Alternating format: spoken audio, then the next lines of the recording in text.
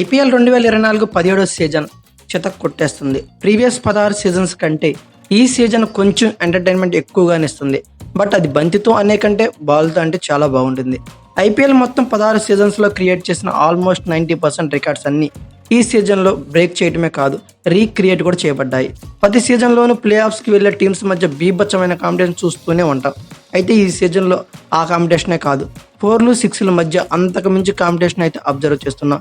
ఇప్పటికీ 51 మ్యాచ్లు పూర్తి అయితే ఏకంగా 900 పైన 6లు, 1450 పైన 4లు. ఈ సీజన్ ఎక్స్ట్రీమ్ రికార్డ్స్ కూడా బ్రేక్ చేసింది. టీ20 క్రికెట్ హిస్టరీలోనే ఒకే టీ20లో సెకండ్ హైయెస్ట్ పరుగులు 287 పరుగులు, టీ20 క్రికెట్ హిస్టరీలోనే హైయెస్ట్ రన్ చేజ్ 262 పరుగులు, ఒక టీ20లో 2 ఇన్నింగ్స్ల మీద ఎక్కువ 6లు 42. అలానే టీ20 క్రికెట్ హిస్టరీలోనే ఒక మ్యాచ్లో ఒక ఇన్నింగ్స్ తరఫున ఎక్కువ 6లు 22. ఇలాంటి రికార్డ్స్ అన్నింటినీ రీక్రియేట్ చేసిన ఈ సీజన్కి మోస్ట్ ఎక్స్ప్లోజివ్ సీజన్గా పేరు కూడా పెట్టేశారు. అయితే టీమిండియా క్రికెట్ అభిమానులకు ఈ సీజన్లో ఒక చేదు అనుభవం ఎదురు కానుంది. ఇప్పటికీ ఈ సీజన్లో ఓవర్సీస్ ప్లేయర్స్ డే పై చేయని చెప్పుకోవాలి. ఫామ్లో లేని ప్రతి బ్యాటర్ని ఫామ్లోకి తెచ్చి ఈ ఐపీఎల్లో వాళ్ళకి ట్రైనింగ్ ఇచ్చినట్టుగా ఐసీసీ టీ20 వరల్డ్ కప్ ముందు మనకి ఎదురయ్యే టీమ్స్ని మనమే ట్రైన్ చేసుకుంటున్నట్టు ఉంది. ప్రతి ఒక్కరు ఓవర్సీస్ బ్యాటర్ 40 నుంచి 50 బంతుల్లో సెంచరీ కొట్టేస్తుంటే మన వాళ్ళు మాత్రం 60 బంతుల పైనే ఆడేస్తున్నారు. అయితే ఒక శివన్ దుబే మాత్రమే తొలి నుండి అటాకింగ్ మోడ్లో 200 స్ట్రైక్ రేట్తో కన్సిస్టెంట్గా పరుగులు చేయడం మనం చూస్తున్నాం.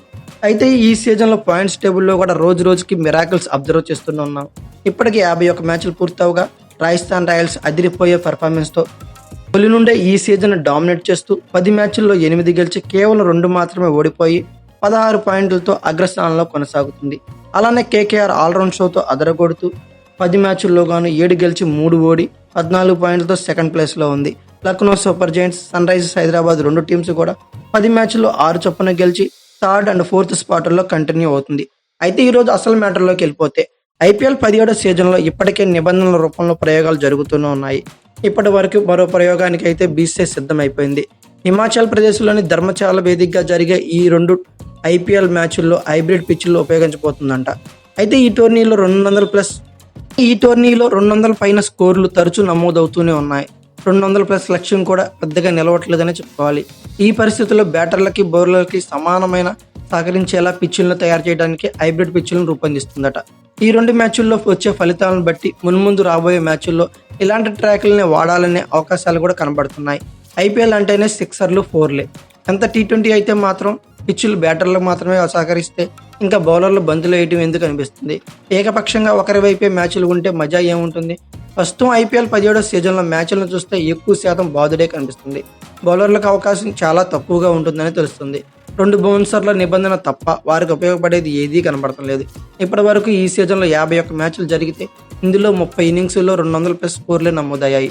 అంటే 60% మ్యాచ్లు ఇలానే ఉన్నాయి. అంటే 12 సార్లు 190 నుంచి 200 పరుగుల చొప్పున నమోదయ్యాయి. అంటే మరో 10-12% వరకు ఇలా జరిగాయి. 190 స్కోర్ల పైన నమోదయ్యాయి.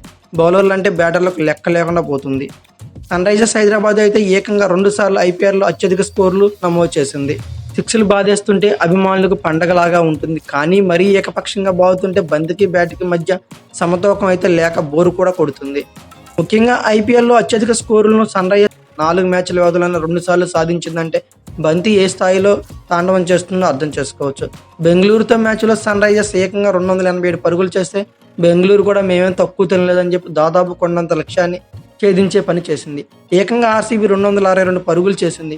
కేవలం 25 పరుగులతోనే ఓడింది. ఒక మ్యాచ్లో కోల్కతా 223 పరుగులు చేస్తే రాజస్థాన్ ఆఖరి బంతి దాకా ఛేదించి ఔరా అనిపించింది. ఒక ఆర్సీబీతో మ్యాచ్లో కోల్కతా 222 పరుగులు సాధిస్తే బెంగళూరు కూడా దాదాపు కొట్టేసినంత పని చేసి 1 పరుగు తేడాతో మాత్రమే ఓడింది. అలాగే కేకేఆర్ 261 పరుగులు చేస్తే పంజాబ్ కింగ్స్ 262 పరుగులు చేసి టీ20 క్రికెట్ హిస్టరీలోనే హైయెస్ట్ రన్ చేజ్ని నమోదు చేసింది. ఈ భారీ స్కోర్ మ్యాచ్లో బౌలర్లు దారుణంగా ఫెయిల్ అవుతున్నారు. పిచ్ నుంచి సహకారం ఏమాత్రం లేకపోవడంతో ఒక్క మంచి బంతిని కూడా వేయలేకపోతున్నారు. బంతికి బ్యాట్కి మధ్య ఈక్వాలిటీ కోసం స్విస్ గ్రాస్ సంస్థ రూపొందిస్తున్న హైబ్రిడ్ పిచ్ మంచి ఫలితాలు ఇస్తున్నాయి. ఈ ట్రాక్లలో సహజ సిద్ధమైన గడ్డితో పాటు 5% పాలిమర్ కలిసి ఉంటుంది. దీనివల్ల బౌలర్లు స్థిరమైన బౌన్స్ అయితే రాబట్టచ్చని చెప్పుకోవాలి. పిచ్ చాలాసేపు తాజాగా ఉంటుంది. దీంతో బౌలర్లు కూడా సమర్థవంతంగా బంతులు వేయగలుగుతారని తెలుస్తుంది. యూనివర్సల్ అనే యంత్రం సాయంతో ఇప్పటికే ధర్మశాల స్టేడియంలో ఈ హైబ్రిడ్ ట్రాక్ పనులు మొదలు పెట్టేశారు. అయితే ధర్మశాల స్టేడియాన్ని రెండో హోమ్ గ్రౌండ్గా ఎంచుకున్న పంజాబ్ కింగ్స్ జట్టు మే 5న చెన్నై సూపర్ కింగ్స్తో ఒక మ్యాచ్ ఆడితే మే 9న రాయల్ ఛాలెంజర్స్ బెంగళూరుతో ఈ హైబ్రిడ్ పిచ్లపై ఆడబోతుంది. ఈ మ్యాచ్ల ఫలితాలను బట్టి మున్ముందు మ్యాచ్ల్లోనూ ఇలాంటి పిచ్లు తయారు చేయడానికి బీసీసీఐ ఆలోచన చేస్తుంది. ఐసీసీ కూడా ఇప్పటికే టీ20 వన్డేల్లో హైబ్రిడ్ పిచ్ల వాడకానికి ఆమోదం తెలపడంతో త్వరలో అంతర్జాతీయ స్థాయిలోని ఈ పిచ్లపై మ్యాచ్లు జరిగే అవకాశాలు అయితే మెరుగ్గా కనబడుతున్నాయి. ఇంగ్లాండ్లో హైబ్రిడ్ పిచ్లపై టీ20 వన్డే మ్యాచ్లే కాదు 4 రోజుల కౌంటీ మ్యాచ్లు కూడా ఆడుతున్నారు. ఈ నేపథ్యంలో హైబ్రిడ్ ప్రయోగం మన ఐపీఎల్లో ఎలాంటి ఫలితాలు ఇస్తుందనేది ఆసక్తికరంగా మారింది. అయితే ఈ హైబ్రిడ్ పిచ్ల గురించి మీరేమనుకుంటున్నారో కామెంట్ బాక్స్లో పిన్ చేయండి. అలాగే ఈ వీడియో కనుక మీకు నచ్చినట్లయితే like, share, comment plus subscribe చేసుకోండి. అలాగే పక్కనే ఉన్న బెల్ ఐకాన్ నొక్కడం మాత్రం మర్చిపోకండి. Thank you for watching. Have a nice day.